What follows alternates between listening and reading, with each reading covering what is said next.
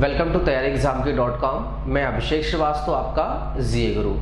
अगर हम बात करें बैंकिंग में तो जीए एक इम्पॉर्टेंट सब्जेक्ट है, चाहे वो RRB PO, RRB clerk, IBPS PO, IBPS clerk या एसबीआई पीओ, एसबीआई क्लर्क या किसी भी बैंक, चाहे वो आरबीआई ग्रेड की एग्जाम की बात करें, सभी एग्जाम के लिए जीए एक इम्पॉर्टेंट सब्जेक्ट है। आज हम लोग स्टार्ट करेंगे आज की फर्स्ट क्लास बैंकिंग इंट्रोडक्शन, जिसमें हम लोग जानेंगे कि बैंक की ओरिजिन कैसे हुई, बैंकिंग हिस्ट्री क्या है, कैसे कैसे बैंक की शुरुआत हुई, ये सारी चीजें हम पढ़ेंगे।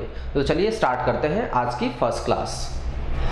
बैंकिंग की बात करें तो सभी लोग जानते हैं कि इंडिया में बैंक से पहले मनी लेंडर्स हुआ करते थे, जो पैसा आपका अपने पास रखते थे, या एक लाइन में कहा जाए अगर आपको पैसे की रिक्वायरमेंट होती थी तो वो आपको प्रोवाइड करते थे। अच्छा, अब प्रॉब्लम क्या हुआ करती थी, जो पैसा, अच्छा एक और बात है, पहले हम पैसा बैंक में न रखकर घर में पैसा रखते थे, तो अगर घर में अगर हमने पैसा रखा हुआ है तो उसके चोरी हो जाने का डर होता था। और अगर हमने पुरानी मूवीज वगैरह में भी देखा होगा तो जहां पर पैसे या सोने जो भी कॉस्टली गुड्स वगैरह होते थे, वो सारी चीज जहां रखी होती थी वहां पर पहरेदार लगाए जाते थे, उनको अलग से सैलरी देनी पड़ती थी। अगर हम आज के समय में बात करें तो चाहे तो हम गोल्ड है तो वो सारी चीजें हम बैंक के लॉकर में रख सकते हैं। अब अगर एक सिंपल सी बात करें, जो पैसा हमने घर में रखा है उस पर हमें सिक्योरिटी भी नहीं है और पैसा कभी भी चोरी हो सकता है। और एक और सबसे इंपॉर्टेंट बात क्या है कि जो पैसा आपने घर में रखा हुआ है वो पैसा आपको इंटरेस्ट नहीं दे रहा है, एक लाइन में अगर कहा जाए तो वो पैसा बढ़कर नहीं आ रहा है। बट अगर हमने पैसा बैंक में रखा है तो बहुत सारे फायदे हैं। सबसे पहला फायदा तो क्या है कि जो पैसा हमने बैंक में रखा है उसे हम कभी भी विड्रॉल कर सकते हैं। जो पैसा हमने बैंक में रखा है वो हमें एज अ इंटरेस्ट कहें तो इंटरेस्ट के साथ बढ़कर मिलता है। और बहुत सारे लोन्स, अगर हम लोन्स की रिक्वायरमेंट होती तो हमें आसानी से लोन मिल जाता है कम रेट पर। ठीक है, तो चलिए स्टार्ट करते हैं बैंकिंग की। सबसे पहले अगर हम बैंकिंग की शुरुआत कर रहे हैं तो सबसे पहले बैंक की शुरुआत से सबसे पहले हम बैंकिंग की डेफिनेशन समझेंगे।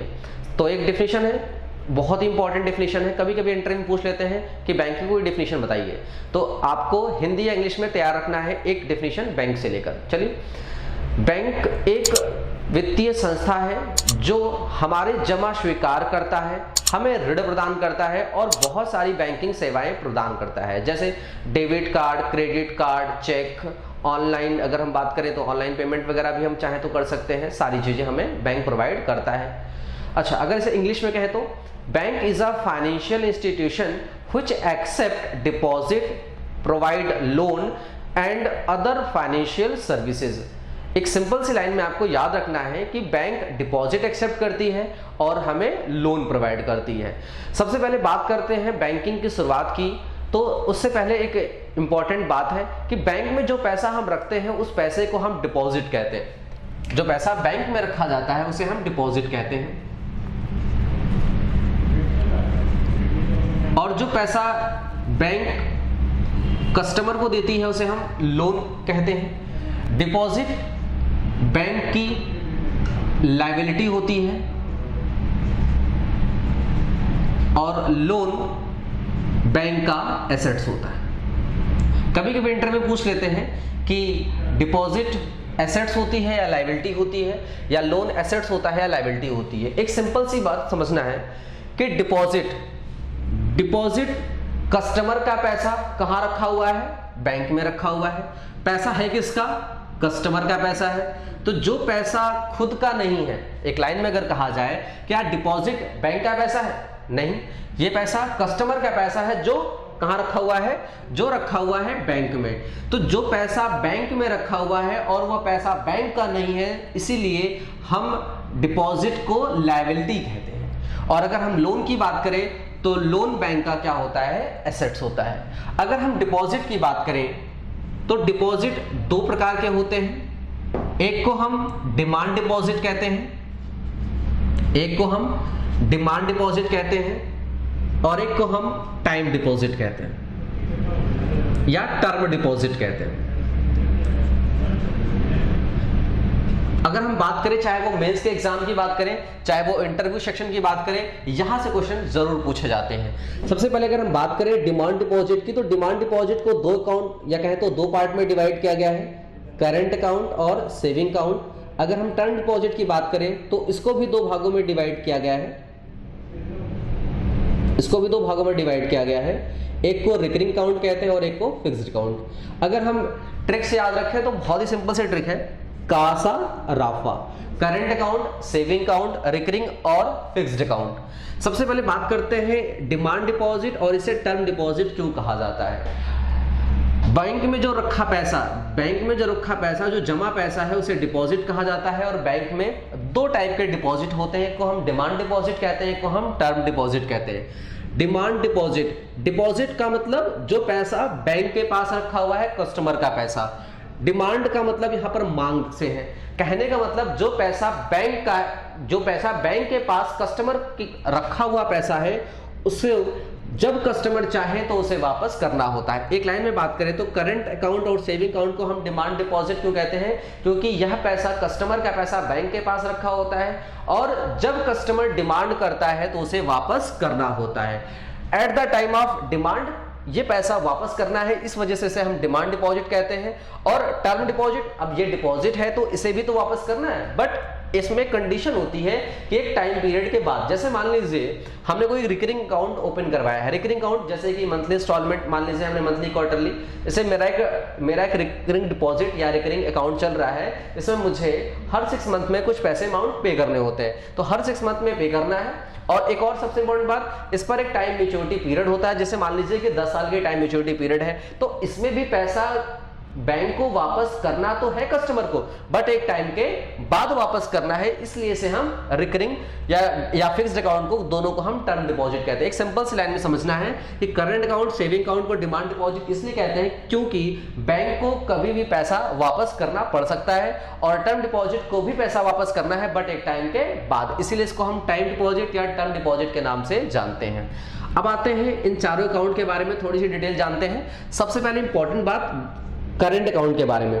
करंट अकाउंट एक सबसे इंपॉर्टेंट क्वेश्चन है, अगर हम बात करें, चाहे वो अभी भी मेंस के एग्जाम की बात करें, बहुत ही सिंपल सा टॉपिक है, फिर भी अभी भी मेंस के एग्जाम में, इंटरव्यू में पूछा जाता है कि वह कौन सा अकाउंट है जिस पर बैंक इंटरेस्ट नहीं देती है। तो करंट अकाउंट वह अकाउंट है जिस पर बैंक इंटरेस्ट नहीं देती है। इसे कौन ओपन करता है? बिजनेसमैन या कोई भी व्यक्ति चाहे तो उसमें करंट अकाउंट ओपन करवा सकता है। अब इसमें अगर हम बात करें, करंट अकाउंट जिस पर नो इंटरेस्ट होता है, इसके बाद भी इसमें हम अकाउंट क्यों ओपन करवाते हैं? क्यों? क्योंकि करंट अकाउंट में डेली ट्रांजैक्शन की कोई लिमिट नहीं होती है, इसमें चाहे जितनी बार चाहे उतनी बार हम पैसा निकाल सकते हैं। अब जितनी बार चाहे उतनी बार पैसा निकाल सकते हैं, तो अगर सिंपल सी बात एक लाइन में समझना है, बैंक जो पैसा अपने पास रखती है उस पर इंटरेस्ट देती है, तो क्या बैंक हम पर एहसान करती है? नहीं भाई, जो पैसा बैंक में रखा हुआ होता है वो पैसा बैंक इन्वेस्ट करती है, वहां से इनकम करती है और फिर आपको रिटर्न देती है। इस पैसे को बैंक इन्वेस्ट नहीं कर पा रहा है, भाई कभी भी पैसा कस्टमर निकालने आ सकता है, तो जब बैंक को बेनिफिट नहीं है तो वो कस्टमर को बेनिफिट कैसे दे? कभी भी ये नहीं पूछा जाता है कि इंटरेस्ट क्यों नहीं दिया जाता है, बट अगर कोई पूछता है तो आपको बताना पड़ेगा। बट एक सिंपल सा लाइन याद रखना है कि चारों अकाउंट में किस पर इंटरेस्ट नहीं मिलता है, तो करंट अकाउंट पर इंटरेस्ट नहीं मिलता है। अब अगर हम सेविंग अकाउंट की बात करें तो सेविंग अकाउंट कोई भी कॉमन मैन ओपन करा सकता है। सेविंग अकाउंट पर सबसे कम इंटरेस्ट होता है। इसके बाद रिकरिंग अकाउंट की बात करें तो ये मंथली इंस्टॉलमेंट, या कहें तो एक लाइन में कहा जाए तो इंस्टॉलमेंट, जो मंथली, क्वार्टरली, हाफ ईयरली कुछ भी हो सकता है। और जो फिक्स्ड अकाउंट होता है वो वन टाइम। बट कभी भी एग्जाम में ये नहीं पूछा जाता है कि ये कौन सा अकाउंट कौन ओपन करवा सकता है। हाँ, एग्जाम में ये पूछा जाता है कि फिक्स्ड अकाउंट मिनिमम और मैक्सिमम कितने दिन का हो सकता है। तो मिनिमम बात करें, एफडी खोला जा सकता है 7 डेज, मिनिमम 7 डेज। और अगर हम मैक्सिमम की बात करें तो मैक्सिमम 10 ईयर्स। इसी तरह से अगर हम रिकरिंग की बात करें तो रिकरिंग में मिनिमम 6 मंथ और मैक्सिमम 10 ईयर। ये बहुत इंपॉर्टेंट क्वेश्चन है। पहला क्वेश्चन, सबसे इंपॉर्टेंट क्वेश्चन कौन सा है? Current account. जिस पर इंटरेस्ट नहीं मिलता। दूसरा सबसे इंपॉर्टेंट क्वेश्चन है कि रिकरिंग अकाउंट मिनिमम कितने दिन का, 6 मंथ का, मैक्सिमम 10 ईयर का।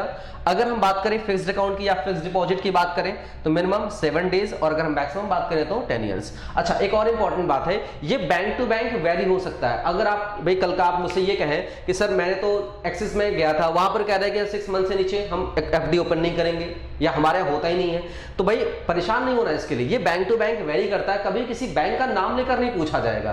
तो याद रखना है, अगर एग्जाम में पूछा जाए एफडी मिनिमम डेज की 7, मैक्सिमम 10 ईयर्स की। अगर हम रिकरिंग की बात करें तो मिनिमम 6 मंथ और मैक्सिमम 10 ईयर। क्लियर है? चलिए, अब एक इंपॉर्टेंट बात, यहां तक मैंने आपको बता दी सारी चीजें कि भाई डिपॉजिट क्या होते हैं, डिपॉजिट कितने टाइप्स के होते हैं और कहां से क्वेश्चन बन सकते हैं। चलिए स्टार्ट करते हैं बैंकिंग के हिस्ट्री के बारे में। सबसे पहले अगर हम बात करें इंडिया में सबसे जो पहला बैंक था, या एक लाइन में बात करें हिस्ट्री ऑफ बैंकिंग की, तो सबसे पहला बैंक था जिसका नाम था बैंक ऑफ हिंदुस्तान। अगर हम हिस्ट्री की बात करें, बैंकिंग हिस्ट्री की बात करें, इंडिया में जो सबसे पहला बैंक आया था 1770 में, जिसका नाम था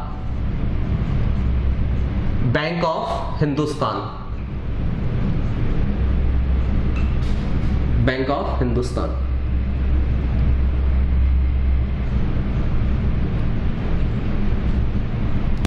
एक सिंपल सी लाइन में याद रखना है, बैंक ऑफ हिंदुस्तान इंडिया का पहला बैंक था। अगर एग्जाम में पूछा जाए फर्स्ट बैंक इन इंडिया, अगर एग्जाम में पूछा जाए first bank in India, first bank in India, तो क्या टिक करेंगे? Bank of Hindustan. ये बना कब था? 1770 में, और 1832 में क्लोज हो गया। अब यहां पर एक बात समझनी है कि इंडिया में bank of Hindustan first bank in India, exam के लिए मोस्ट इंपॉर्टेंट क्वेश्चन, चाहे वो बैंक का एग्जाम हो, एसएससी हो, रेलवे हो, या किसी भी स्टेट लेवल के एग्जाम में ये क्वेश्चन एग्जाम में पूछा जाता है कि इंडिया में पहला बैंक कौन सा था? Bank of Hindustan. अब बात करें एक बैंक से इंडिया में, या कहें तो किसी भी देश में, क्या बैंकिंग सिस्टम को रेगुलेट कर सकते हैं? नहीं। इस वजह से 3 बैंकें स्टार्ट की गई जिन्हें हम प्रेसिडेंसी बैंक के नाम से जानते थे। 3 बैंकें स्टार्ट की गई जिन्हें हम प्रेसिडेंसी बैंक के नाम से जानते थे। प्रेसिडेंसी बैंक, ब्रिटिश गवर्नमेंट द्वारा स्टार्ट की गई बैंकों को प्रेसिडेंसी बैंक कहा गया, जिसमें 3 बैंकें थी, bank of Bengal, bank of Bombay और बैंक ऑफ मद्रास। एक सिंपल सी बात समझना है कि भाई ये 3 बैंकें ओपन क्यों की गई? Bank of Bengal, bank of Bombay और बैंक ऑफ मद्रास। ये 3 बैंकें क्यों ओपन की गई? इसलिए ओपन की गई कि हम एंटायर बैंकिंग सिस्टम को क्या करें? कवर कर सके। इसलिए 3 जगह पर, मतलब इंडिया में 3 जगह पर बैंक स्टार्ट की गई, bank of Bengal, bank of Bombay, bank of Madras, जिससे हम पूरे इंडियन, या कहें तो पूरे इंडिया में बैंकिंग सिस्टम को एस्टैब्लिश कर पाए। अब बात करते हैं सबसे इंपॉर्टेंट बात, बैंक ऑफ बंगाल स्टैब्लिश हुआ था 1809 में, बैंक ऑफ बॉम्बे 1840 में, और अगर हम बैंक ऑफ मद्रास की बात करें तो 1843। अब एक सिंपल सी बात समझना है कि 1809 बैंक ऑफ बंगाल बना था 1809 में, बट बैंक ऑफ बंगाल का पुराना नाम था बैंक ऑफ कोलकाता, जो बना था 1806 में। अब बात समझनी ध्यान से, बैंक ऑफ कोलकाता जब कलकत्ता में स्टार्ट हुआ, तो कलकत्ता में स्टार्ट हुआ, कब स्टार्ट हुआ? 1806 में, और 1809 में इसका नाम बदलकर क्या रख दिया गया? Bank of Bengal. तो bank of Kolkata 1806, bank of Bengal 1809 में, bank of Bombay 1840, bank of Madras 1843। अच्छा, याद करने की बहुत ही सिंपल सी ट्रिक है, इसको इस तरह से याद कर सकते हैं कि भाई हम BBM से याद रखना है, BBM, ब्लैकबेरी मैसेंजर की तरह याद रखना है कि जो रात में हम चैटिंग कर रहे थे, रात में कितने टाइम चैटिंग कर रहे थे? 9:40 या 9:43। कुछ इस तरह से याद कर सकते हैं। एक थोड़ी सी फनी ट्रिक भी है, BBM वही अक्सर कहा जाता है कि अगर आप टाइम से भाई घर आना चाहिए, अगर आप टाइम से घर नहीं आएंगे तो क्या होगा? BBM, भाई BBM बीबी ने बहुत मारा। क्यों मारा? क्योंकि आप लेट नाइट घर आ रहे थे 9:40 9:43 पे। तो सिंपल सी ट्रिक है, थोड़ी सी फनी ट्रिक है। बीबी ने बहुत मारा, क्यों मारा? क्योंकि हम लेट नाइट कब आ रहे थे? 9:40 9:43 पे। सिंपल से याद रखना है 1809, 1840 और 1843। अब एक बात याद रखनी है कि 3 बैंकें स्टार्ट तो हुई, क्या इस नाम से कहीं बैंकें आपने देखी है? बिल्कुल नहीं देखी होगी। तो हुआ क्या कि ये 3 बैंकें स्टार्ट तो हुई, बट प्रॉफिट में ना होने की वजह से, या एक लाइन में कहें तो लॉस में होने की वजह से तीनों बैंकों को क्या कर दिया गया? मिला दिया गया। तीनों बैंकों को क्या कर दिया गया? मर्ज कर दिया गया। और मर्ज करने के बाद, अच्छा मर्ज कब किया गया? मर्ज किया गया 1921 में। मर्ज किया गया 1921 में, और इसका नाम, तीनों बैंकों को मिलाकर नाम दिया गया imperial bank of India. Imperial bank of India. Imperial bank of India बना कब था? 1921 में। यह एक प्राइवेट एंटिटी की तरह काम करता था। भाई सिंपल सी बात है, अगर जो प्राइवेट ऑर्गेनाइजेशन है किसके लिए काम करती हैं? प्रॉफिट के लिए, और जो पब्लिक होती है वो वेलफेयर के लिए काम करती हैं, या कहते हैं गवर्नमेंट जो होती है वो वेलफेयर के लिए काम करती हैं। तो 3 बैंकों का नाम बदलकर क्या रख दिया गया? कहे तीनों बैंकों को मर्ज करके नाम क्या बनाया गया? या नया बैंक कौन सा बना? Imperial bank of India. Simple सी बात है, क्वेश्चन किस तरह से एग्जाम में पूछे जाते हैं कि इंपीरियल बैंक ऑफ इंडिया किन 3 बैंकों का या किन किन बैंकों का समूह था, या किन 3 बैंकों से बना हुआ था? तो याद रखना है bank of Bengal, bank of Bombay और bank of Madras. Bank of Bengal कब स्टार्ट हुआ? 1809 में। बैंक ऑफ बॉम्बे 1840 में, और बैंक ऑफ मद्रास स्टार्ट कब हुआ? 1843 में। तीनों बैंकों को मिलाकर नाम क्या रखा गया इसका? Imperial bank of India. कब रखा गया? 1921। बैंक ऑफ बंगाल का पुराना नाम बैंक ऑफ कोलकाता। अगर हम बात करें इंडिया में पहला बैंक कौन सा था, तो बैंक ऑफ हिंदुस्तान। चलिए आगे बढ़ते हैं। अब बात करें 1921 में इंपीरियल बैंक ऑफ इंडिया बना, और 1955 में क्या किया गया? नेशनलाइज्ड किया गया। नेशनलाइज्ड किया गया और इसका नाम बदल दिया गया। इंपीरियल बैंक ऑफ इंडिया को नेशनलाइज्ड किया गया और नाम बदलकर रख दिया गया। कब? 1 जुलाई 1955। 1 जुलाई 1955। 1 जुलाई 1955 को इस बैंक को क्या किया गया? नेशनलाइज्ड किया गया और रीनेम्ड कर दिया गया, और नाम क्या रखा गया? SBI, state bank of India. अच्छा, अब यहां पर एक बात समझनी है ध्यान से कि भाई इंपीरियल बैंक ऑफ इंडिया एक प्राइवेट बैंक था। प्राइवेट बैंक किसके लिए काम करता है?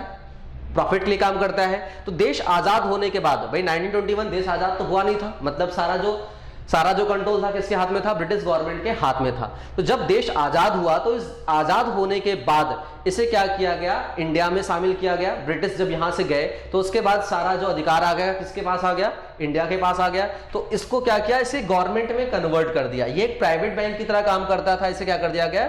गवर्नमेंट में कन्वर्ट कर दिया गया। नेशनलाइजेशन, कभी कभी एग्जाम में पूछते हैं कि नेशनलाइजेशन क्या होता है? तो nationalisation is a process where private entity convert in government entity. जब किसी प्राइवेट एंटिटी को गवर्नमेंट एंटिटी में कन्वर्ट किया जाता है तो उसे हम नेशनलाइजेशन या राष्ट्रीयकरण कहा जाता है। राष्ट्रीयकरण का मतलब जो चीज राष्ट्र का हो जाए। और साथ में इसका नाम भी बदलकर क्या रख दिया गया? SBI। अब बात करते हैं SBI, इंडिया का सबसे बड़ा या कहें तो लार्जेस्ट बैंक है इंडिया का। लार्जेस्ट बैंक इन इंडिया अगर एग्जाम में पूछा जाए तो क्या टिक करते हैं? SBI। तो अब एक इंपॉर्टेंट बात है कि ये बैंक एग्जाम में क्यों पूछे जाते हैं, या कहें तो ये अगर बात करें तो चाहे वो हिस्ट्री का ये टॉपिक्स एग्जाम में क्यों पूछे जाते हैं, क्योंकि यहाँ पर सारी चीजें किससे लिंक हो जाती हैं? SBI से। अब एग्जाम में क्वेश्चन कैसे पूछे जाते हैं? SBI का पुराना नाम imperial bank of India, imperial bank of India का नया नाम SBI। Imperial bank of India किन 3 बैंकों का ग्रुप था? तो bank of Bengal, bank of Bombay और बैंक ऑफ मद्रास। तीनों बैंकों को मिलाकर क्या किया गया? नाम रखा गया इंपीरियल बैंक ऑफ इंडिया। यह एक प्राइवेट बैंक था, इसे नेशनलाइज्ड किया गया और इसका नाम भी बदलकर क्या रख दिया गया? SBI। नेशनलाइज्ड भी किया गया और साथ में नाम बदल दिया गया, और नाम क्या रखा गया इसका? SBI। कब रखा गया? 1 जुलाई 1955 या 1 जुलाई 1955 में। अब बात करें कुछ और इंपॉर्टेंट फैक्ट समझ लेते हैं। 1 जुलाई बहुत इंपॉर्टेंट डेट है, यहां पर बहुत सारे डे मनाए जाते हैं, वो देख लेते हैं कौन कौन से डे मनाए जाते हैं। 1 जुलाई को स्टैब्लिश हुआ था SBI, इसलिए हम मनाते हैं SBI डे। 1 जुलाई को ही GST लागू हुआ था, इसलिए हम मनाते हैं GST day. Chartered accountant day, और एक डे और मनाते हैं डॉक्टर्स डे। ये सारे क्वेश्चन एग्जाम में पूछे गए हैं कि डॉक्टर्स डे कब मनाते हैं, या एसबीआई डे कब मनाते हैं, जीएसटी डे कब मनाते हैं, या चार्टर्ड अकाउंटेंट या सीए डे कब मनाते हैं। ये सारे डे कब मनाते हैं, हम 1 जुलाई को मनाते हैं। क्लियर है आगे? चलिए अब बात करते हैं, इंडिया में बैंकिंग की शुरुआत तो हो चुकी और इंडिया में बैंक तो आ गई, बट क्या किसी एक बैंक से पूरे इंडियन बैंकिंग सिस्टम को रेगुलेट कर सकते हैं? नहीं। तो फिर क्या किया गया? 1959 में 8 बैंकों को एसबीआई के साथ जोड़ा गया। अब ध्यान समझना है, 8 बैंकों को जोड़ा गया एसबीआई के साथ, जिन्हें हम एसोसिएट ऑफ एसबीआई के नाम से जानते हैं। 1959 में 8 banks were attached with SBI. 8 बैंकों को एसबीआई के साथ जोड़ा गया, अटैच्ड विद एसबीआई। 8 बैंकों को एसबीआई के साथ जोड़ा गया, जिनका नाम था state bank of Bikaner, state bank of Jaipur, state bank of Saurashtra, state bank of Indore, state bank of Hyderabad, state bank of Patiala, state bank of Mysore और स्टेट बैंक ऑफ त्रावणकोर। चाहे तो इसको ट्रिक से याद रखें, ट्रिक से भी याद करके रख सकते हैं।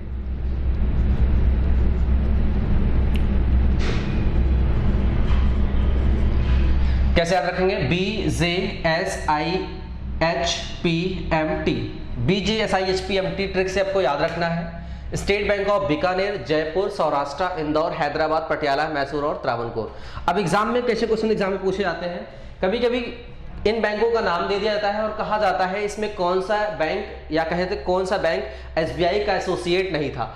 8 बैंकों को जोड़ा गया 1959 में, एसबीआई कब बना? 1955 में। एक एसबीआई से पूरे बैंकिंग सिस्टम को रेगुलेट नहीं कर सकते थे, इस वजह से 8 बैंकों को जोड़ा गया एसबीआई के साथ।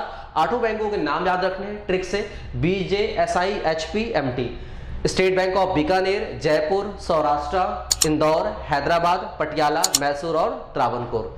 चलिए अब बात करते हैं, स्टेट बैंक ऑफ बीकानेर और जयपुर दोनों ही ठीक तरीके से काम नहीं कर रहे थे या कहें तो लॉस में थे, इस वजह से इन दोनों बैंकों को क्या किया गया? मर्ज कर दिया गया साथ में, और नाम क्या रखा गया इसका?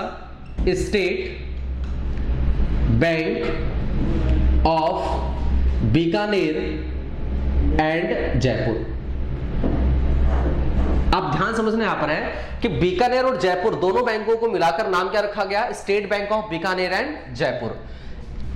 सौराष्ट्र को 2008 में मर्ज कर दिया गया, कहां पर?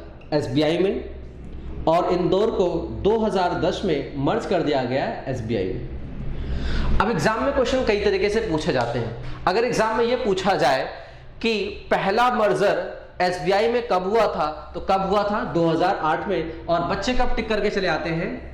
1963। 1959 में 8 बैंकों को जोड़ा गया एसबीआई के साथ। State bank of Bikaner Jaipur को मर्ज कब किया गया? 1963 में, और नाम क्या रखा गया? State bank of Bikaner and Jaipur. State bank of Saurashtra को 2008 में मर्ज कर दिया गया, किसमें? एसबीआई में। स्टेट बैंक ऑफ इंदौर को 2010 में मर्ज कर दिया गया, किसमें? एसबीआई में। अब यहां से क्वेश्चन कैसे बनते हैं, ध्यान से समझना है। अगर एग्जाम पूछा जाए first merger of associate in SBI, question क्या पूछा जा रहा है? First merger of associate in SBI. अगर इन एसबीआई की बात करें, इन एसबीआई में पहला मर्जर कब हुआ था? 2008 में। हाँ, अगर यह पूछा जाए कि पहला मर्जर ऑफ एसोसिएट का पहला मर्जर कब हुआ था, तो 1963 में। सिंपल सी बात है, ध्यान से समझना है। अगर यह पूछा जाए कि एसबीआई में पहला एसोसिएट जिसे मर्ज किया गया, नाम क्या है उसका? सौराष्ट्र। अगर हम बात करें पहला एसोसिएट या कहें तो वह एसोसिएट जिसको मर्ज किया गया था, एसबीआई नहीं दिया गया है। मतलब ये कहा गया है कि फर्स्ट मर्जर ऑफ एसोसिएट, तो पहला मर्जर एसोसिएट का कब हुआ है 1963 में, और पहला merger of associate in SBI की बात करेंगे तो 2008 में एसबीआई में। अब बात करते हैं यहां पर जो बैंकें मर्ज होने के बाद कितनी बैंकें बच रही हमारे पास, 1 2 3 4, state bank of Hyderabad, state bank of Patiala, state bank of Mysore, state bank of Travancore, 4 bank है ये, और एक बैंक ये state bank of Bikaner and Jaipur. तो यहां पर हमारे पास 5 बैंकें थी, साथ में एक बैंक और जोड़ा गया जिसका नाम था भारतीय महिला बैंक। इन सारी बैंकों को 1 अप्रैल 2017 को क्या कर दिया गया, सारी बैंकों को मर्ज कर दिया गया। किसमें मर्ज कर दिया गया, एसबीआई में। तो अगर हम बात करें करंट सिचुएशन में, तो आज कोई भी एसबीआई का एसोसिएट इंडिया में एग्जिस्ट नहीं करता है। क्लियर है, मैं एक बार रिपीट कर दे रहा हूं सारी चीजें फिर से। 1959 में 8 बैंकों को जोड़ा गया एसबीआई के साथ। स्टार्ट से कर देते हैं। सबसे पहले अगर हम बात करें 1770 में इंडिया में बैंकिंग की शुरुआत की गई और पहला बैंक आया बैंक ऑफ हिंदुस्तान 1770 में स्टार्ट हुआ। फिर इसके बाद 3 प्रेसिडेंसी बैंक से स्टार्ट हुई, जिसमें bank of Bengal, bank of Bombay, bank of Calcutta के नाम, bank of Bombay, bank of Bengal और बैंक ऑफ मद्रास। जो बैंक ऑफ कलकत्ता था उसका नया नाम बैंक ऑफ बंगाल था। अब इन तीनों बैंकों को मिलाकर नया नाम क्या रखा गया, imperial bank of India. Imperial bank of India का नया नाम एसबीआई। कब बना एसबीआई, 1 जुलाई 1955। 1959 में 8 बैंकों को जोड़ा गया किसके साथ, एसबीआई के साथ। तो 8 banks were attached with SBI. कब एसबीआई में मर्ज हुए, कब ऐड हुए, 1959 में। इसके बाद स्टेट बैंक ऑफ बीकानेर को जयपुर में मिलाया गया। कब मिलाया गया, 1963 में। नाम क्या रखा गया इसका, state bank of Bikaner and Jaipur. State bank of Saurashtra को 2008 में एसबीआई में, इंदौर को 2010 में एसबीआई में। बस जहां पर मैंने आपको बताया था गलती होने, बहुत सारे स्टूडेंट कंफ्यूज हो जाते हैं यहां पर कि भाई क्वेश्चन क्या पूछा जा रहा है और जवाब देकर क्या चले जाते हैं। अगर ये पूछा जाए कि पहला मर्जर कब हुआ था एसबीआई के एसोसिएट का, तो 1963 में। अगर ये पूछा जाए पहला merger of associate in SBI, तो हम क्या टिक करेंगे 2008 में। कहां पर 2008 का किस बैंक का हुआ था, स्टेट बैंक ऑफ सौराष्ट्र का। किसमें मर्ज हुआ था, एसबीआई में। क्लियर है। या कभी कभी एग्जाम में ऐसे क्वेश्चन पूछ लेते हैं कि state bank of Bikaner Jaipur में कब मर्ज हुआ, 1963। तो क्वेश्चन इजी हो जाएगा। अगर ये पूछा जाए स्टेट बैंक ऑफ सौराष्ट्र कब मर्ज हुआ था, 2008 में एसबीआई में। और इंदौर की बात करें 2010 में। और सारे एसोसिएट कब मर्ज कर दिए गए, 1 अप्रैल 2017 किसमें, एसबीआई में। क्लियर है। चलिए आगे की अगर हम बात करते हैं टॉपिक्स की, तो इंडिया में क्या केवल एसबीआई ही है, नहीं, बहुत सारे बैंक हैं इंडिया में। तो इंडिया में और सारे बैंक कब आए, कैसे कैसे स्टार्ट हुई, सारी चीजें डिटेल में पढ़ते हैं। सबसे पहले अगर हम बात करें, अगला टॉपिक हमारा है नेशनलाइजेशन ऑफ बैंक। नेशनलाइजेशन, अगर हम बात करें नेशनलाइजेशन को हिंदी में कहते हैं राष्ट्रीयकरण। नेशनलाइजेशन को हिंदी में कहते हैं राष्ट्रीयकरण। अगर हम नेशनलाइजेशन की बात करें तो एक इंपॉर्टेंट टॉपिक है। अगर हम बैंकों के नेशनलाइजेशन की बात करें तो इंडिया में बैंकों का नेशनलाइजेशन 2 बार हुआ है, 1969 और 1980।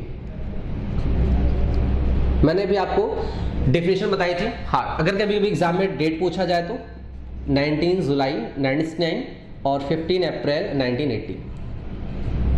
अब ध्यान समझना, कभी कभी डेट पूछ लिया जाता है, वैसे ईयर इंपॉर्टेंट है 1969 और 1980। अब ध्यान समझना है, सिंपल सी बात कि इंडिया में बैंकिंग की शुरुआत की गई, एसबीआई बना 1955 में, 1959 में एसोसिएट ऐड किए गए। और इसके बाद इंडिया में बैंकें तो और भी थी, बट वो प्राइवेट बैंक की तरह काम कर रही थी। सिंपल सी बात है भाई। अगर 1881 में स्टार्ट हुआ था इलाहाबाद बैंक और पीएनबी की बात करें 1894 में, बट वो एक प्राइवेट बैंक की तरह काम कर रहा था। तो इन सारी बैंकों को गवर्नमेंट में कन्वर्ट करने की बात की गई और इसी को हम क्या कहते हैं, नेशनलाइजेशन। मैंने भी आपको नेशनलाइजेशन की डेफिनेशन बताई थी। Nationalisation is a process where private entity convert in government entity. अब एग्जाम में पूछा जाता है कि 19 जुलाई 1969 में कितनी बैंकों को नेशनलाइज किया गया था, तो 14 बैंक्स नेशनलाइज्ड हुई थी। अगर हम बात करें 1980 में तो 6 बैंक्स नेशनलाइज्ड हुए थे। अगर हम बात करें तो टोटल कितने बैंक्स हो गए हमारे पास, 20 बैंक्स नेशनलाइज्ड किए गए थे।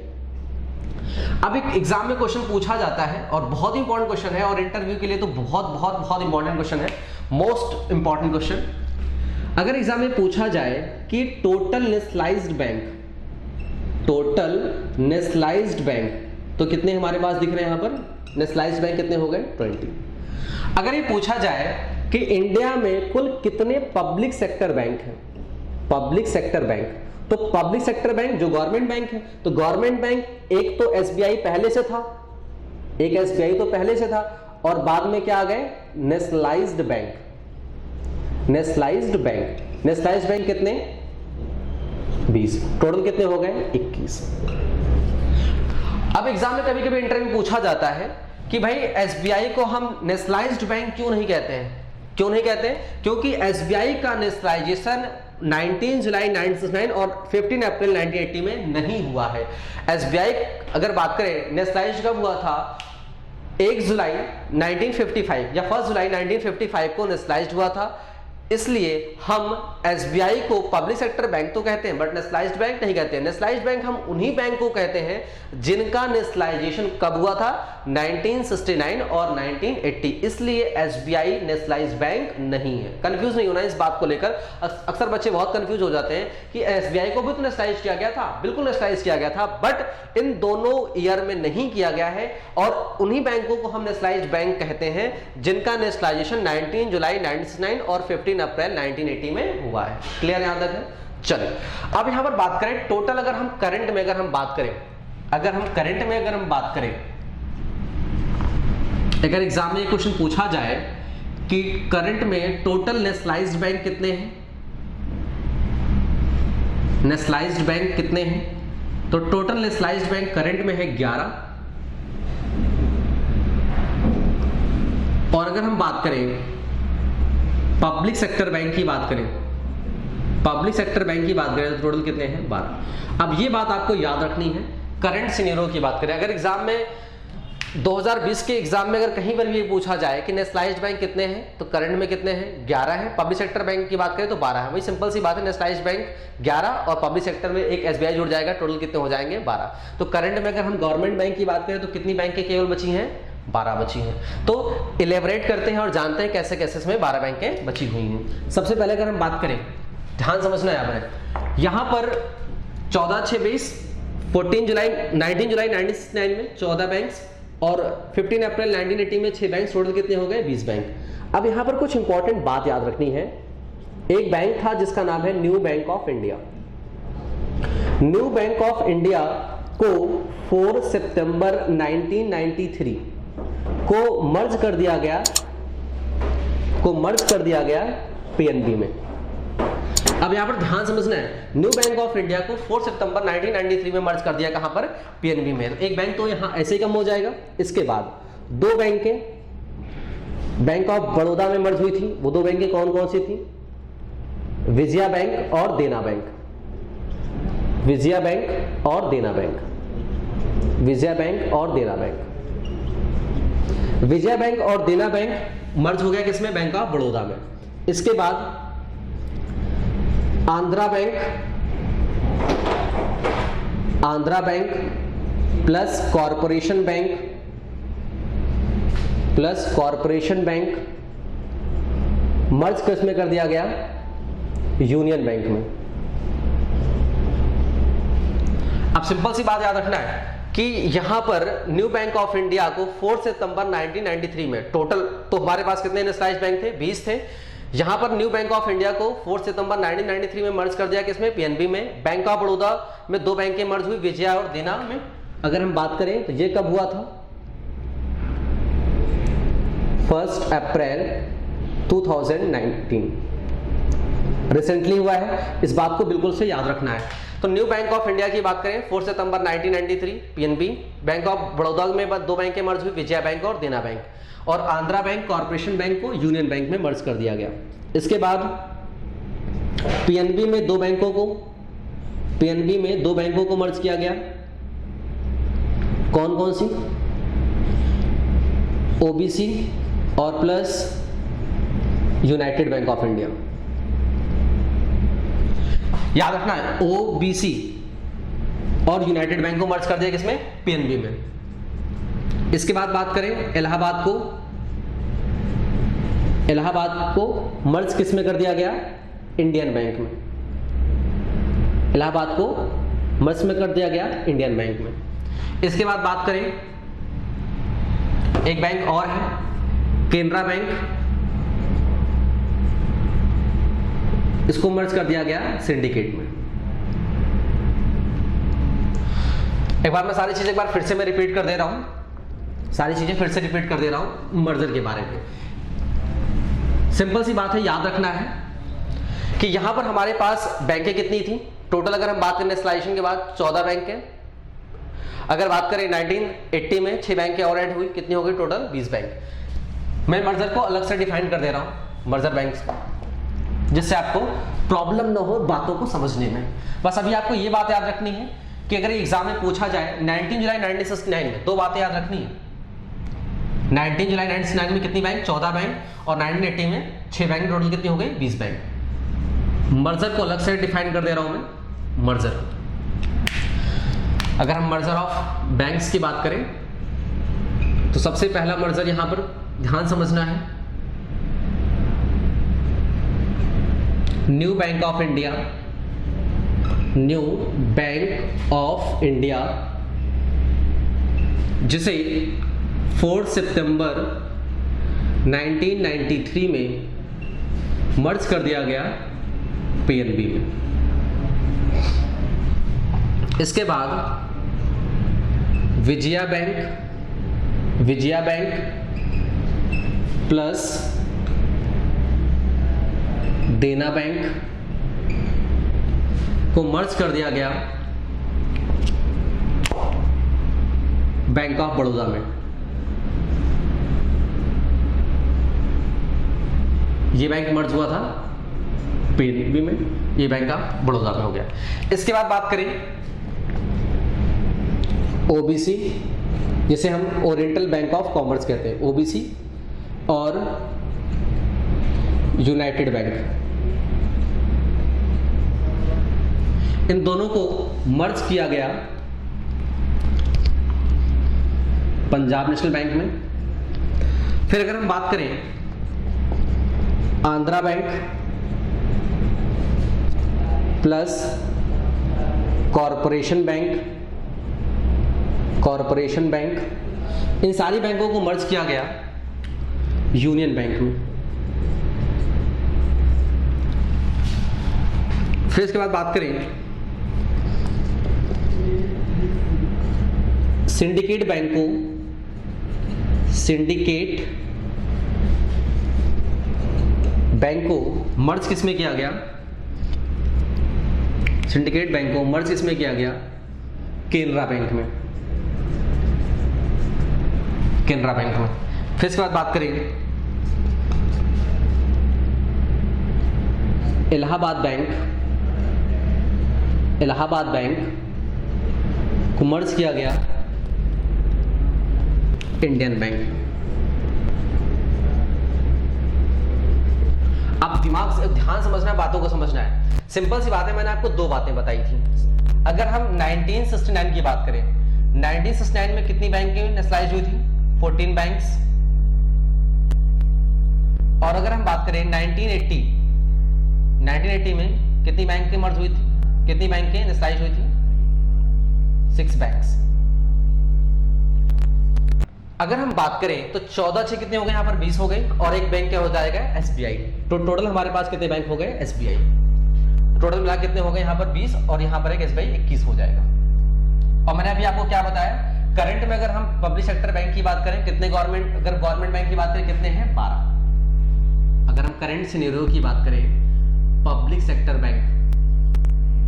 सेक्टर अगर हम बैंक की बात करें तो कितने हैं 12। ये करंट सिनेरियो है, याद रखना है इस बात को, करंट में अगर बात करें तो। अब ध्यान समझना है, हमारे पास कितनी बैंकें थी 20, एक बैंक यहां पर कम हो गई 19, 2 बैंकें यहां पर कम हो रही हैं, यहां पर कितनी हो जाएंगी 17 हो जाएंगी। 17 के बाद 2 बैंकें और कम हो रही हैं 15, फिर यहां पर भी 2 बैंकें 13, एक बैंक यहां कम हो रहा है 12, यहां पर एक बैंक कम हो रहा है, हो जाएगा कितने 11। तो अब यहां पर जो मर्जर के बाद ध्यान समझना है, एक बैंक यहां पर मर्ज हुआ, 2 3 4 5 6 7 8 9, तो टोटल हमारे पास बैंकें कितनी थी, टोटल हमारे पास बैंकें कितनी थी 20, सिंपल सी बात है, यहां लिख देता हूं मैं। टोटल हमारे पास बैंकें कितनी थी 20, जिसमें से यहां पर कितनी बैंकें यहां पर जा रही हैं 9 बैंक्स, कितनी बैंक की बच रही हैं 11। तो 11 हो गए हमारे पास क्या नेशनलाइज्ड बैंक। और अगर ये पूछा जाए पब्लिक सेक्टर बैंक कितने हैं, तो पब्लिक सेक्टर बैंक कितने हो जाएंगे 12। सारे कॉन्सेप्ट क्लियर होंगे मुझे लग रहा है यहाँ पर।